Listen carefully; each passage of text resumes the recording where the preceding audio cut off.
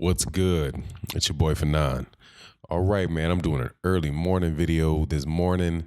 It's 5:30 a.m. my time. Couldn't sleep. Got up, saw something that was reported by Blue Blood Sports TV about the purses that was reported for Tyson Fury. So I went and I looked up because I know where to find this stuff, and I found the article. And it talked about Tyson Fury's split of a 50 million pound fight, believing that he could bank 20 million pounds for the rematch. Now, what does that mean for Deontay Wilder? If that's 40% of the split, right? You get a champion's cut. If it goes 60-40 on a fight that big, that would make Deontay Wilder's purse 30 million pounds. Now, I'm going to get into what that means in a second, but before I do that, I want to thank you very much for tuning into the channel. If you're a subscriber, thank you very, very much for subscribing. If you are not a subscriber, I would hope you accept my invitation to subscribe and hit the bell icon so that you can be notified when we release more videos and also when we do the live streams. Also, check out the Patreon that we do. We have a lot of social conversations, political social conversations over there that I used to do in the live stream, but I'm really trying to move that off just to Patreon to keep those conversations on the live streams, more about boxing, more and more about, really kind of hardcore boxing issues and discussions. Now, what does this mean to me, this money? And it, honestly, man, it really doesn't mean a lot to me. I'm not getting any of the money, okay? Flat out, right? I'm going to pay for I'm actually one of the people that are going to put some of my dollars into this fight. So while I have a lot of fun in rubbing Deontay Wilder's discreditors' nose in the success of Deontay Wilder, I have to when I'm speaking in this video, I'm going to take more of a reserved approach. The heavyweight division, the fact that Deontay Wilder can make 30 million pounds in this fight for a fight of this magnitude really doesn't speak very highly of the heavyweight division in this moment in time. And let me explain why. 30 million pounds is $38.56 million. That's a lot of money. I live the rest of my life off $38.5 million. And for Deontay Wilder, it really shows what very, very good moves he's made over the last, absolutely great moves that he's made for himself over the last 2 years. To go from somebody that was being talked about as having, only earned as if you can put the word only in front of $2 million, right? Like only $2 million, only $4 million. Deontay, he needs to fight big Dillian White for $5 million, right? If he didn't show up to the press conference, even though he couldn't get in the ring, but if he didn't show up to the press conferences leading into if he couldn't get into the ring for the Anthony Joshua versus, I think that was a Joseph Parker fight, right? He couldn't get into the ring because Anthony Joshua wouldn't let him in the ring. And so he decided not to go, right? He had guys like Johnny Nelson and the UK commentators really trying to shoot him to pieces for not showing up, right? Like this is going to ruin him. But he takes on 2 tough fights in a row. Takes on a really tough Luis Ortiz. Takes on a very difficult Tyson Fury. And now he's in a position where he's garnered enough interest with American fight fans that there's a possibility that he can earn about $40 million in a fight. That is great moves by Deontay Wilder. And it's a very doable thing. I've done videos on it in the past. I'm not going to get into too much of the details right now, but that's a very doable thing in the United States. But why I'm saying that this is a reflection on the heavyweight division is that this is the type of money that Evander Holyfield and James Buster Douglas were earning in the early 90s, right? $24 million for Buster Douglas, something a little around there for Evander Holyfield. This is what Mike Tyson and Evander Holyfield were earning in their second fight, right? A ton of money, an absolute ton of money. But that was, 20 years ago. That was what, 20 years ago?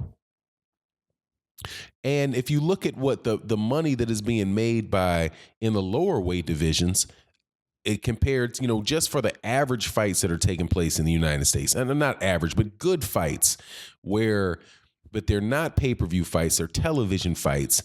They're good fights, but they're not like blockbuster fights.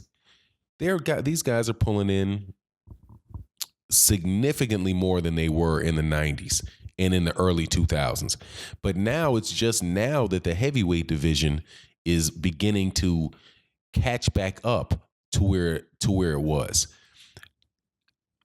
If Deontay Wilder beats Tyson Fury, right? First of all, if it's a very, very good fight and Tyson Fury wins, more than likely they're going to run it back again because Deontay Wilder is going to have a rematch clause. If Deontay Wilder wins in spectacular fashion, that makes a fight with Anthony Joshua pretty much gigantic.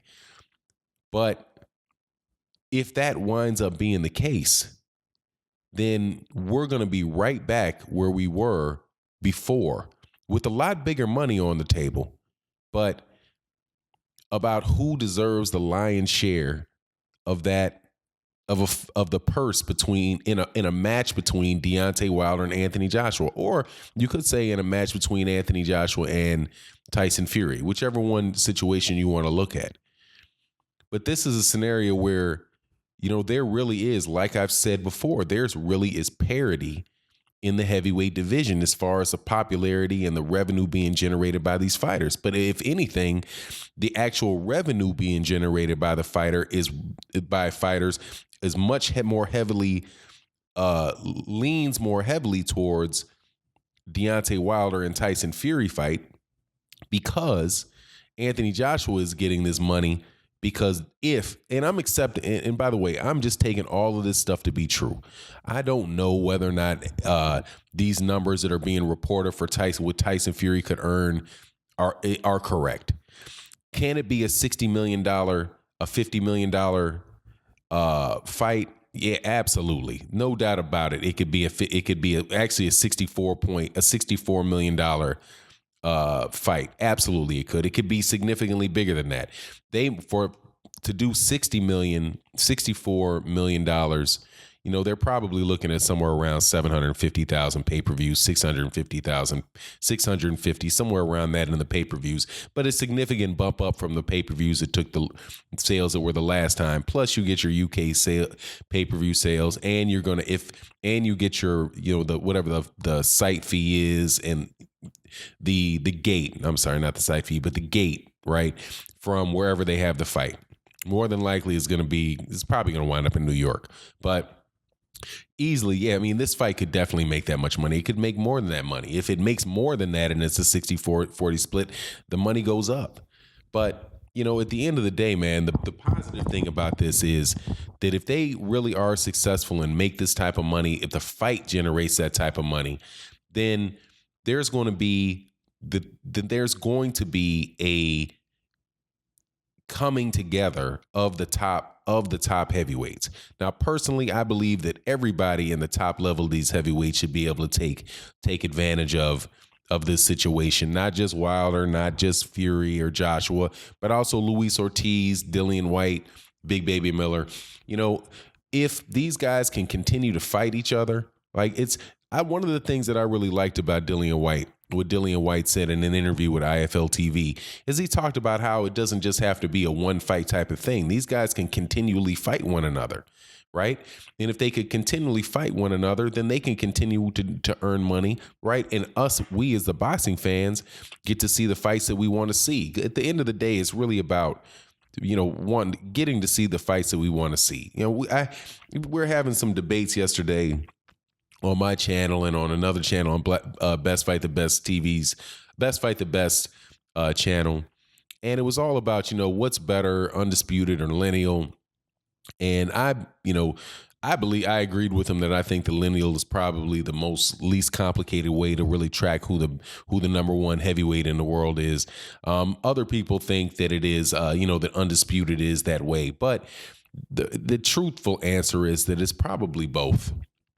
Right? If you have both, then the question is really settled. And when you have this type of money on the plate, then and you have people dealing with reality, I think that that can actually wind up happening. Right? You're in a situation now where Deontay Wilder is going to get paid more. There's a good chance that Deontay Wilder is going to get paid more money in his next fight than Anthony Joshua is making. There's a possibility that Deontay Wilder made more than Anthony Joshua in both of his fights.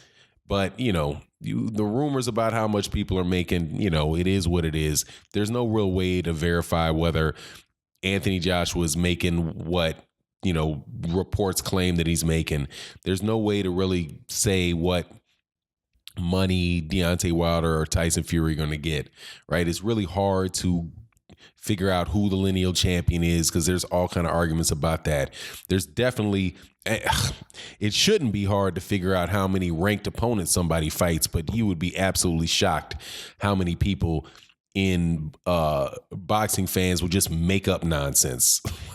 Like you can show them the WBC rankings of a guy with a PDF from the WBC the month before the fight took place.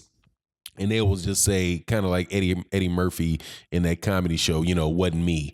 Oh no, that's just not it. That's not it. Those are wrong, just because they want it to be wrong. But hey man, if the fight happens, the only objective thing that we know for sure is if somebody actually wins the fight, and that's what I'm hoping to see. And I'm hoping that this money that's getting paid will. I hope that this money for everybody is true. Right. And then I hope that as a result of all this money being true, that means that these guys are willing to get in the ring and fight one another. And they're not playing around. Right. And they just actually get in there and fight. But anyway, it is what it is. And with that, I'm out. Peace.